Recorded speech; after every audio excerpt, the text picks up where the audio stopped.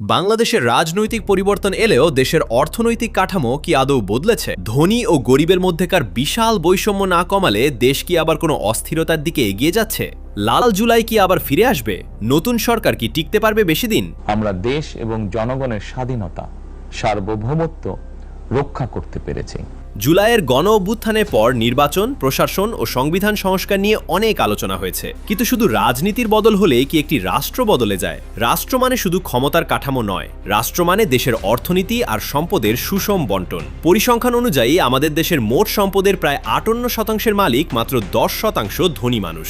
আরও বিষয় হলো, মাত্র 1% ধনীর হাতেই রয়েছে দেশের 25% সম্পদ। অন্যদিকে দেশের অর্ধেক অর্থাৎ 50% মানুষের মোট সম্পদ মাত্র 4.7%।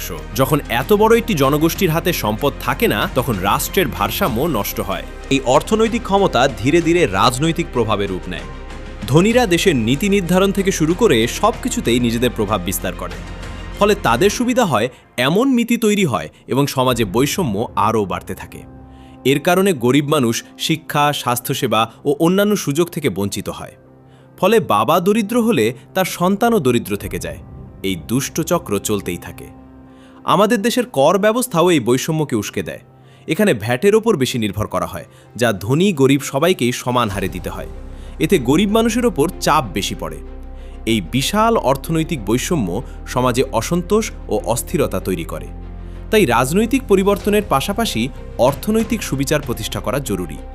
এর জন্য একটি ন্যায্য কর ব্যবস্থা চালু করতে হবে এবং শিক্ষা ও স্বাস্থ্যের মতো মৌলিক খাতে বিনিয়োগ বাড়াতে হবে। অর্থনৈতিক ভিত্তি না বদলালে কোনো রাজনৈতিক পরিবর্তনই শেষ পর্যন্ত টেকসই হবে না।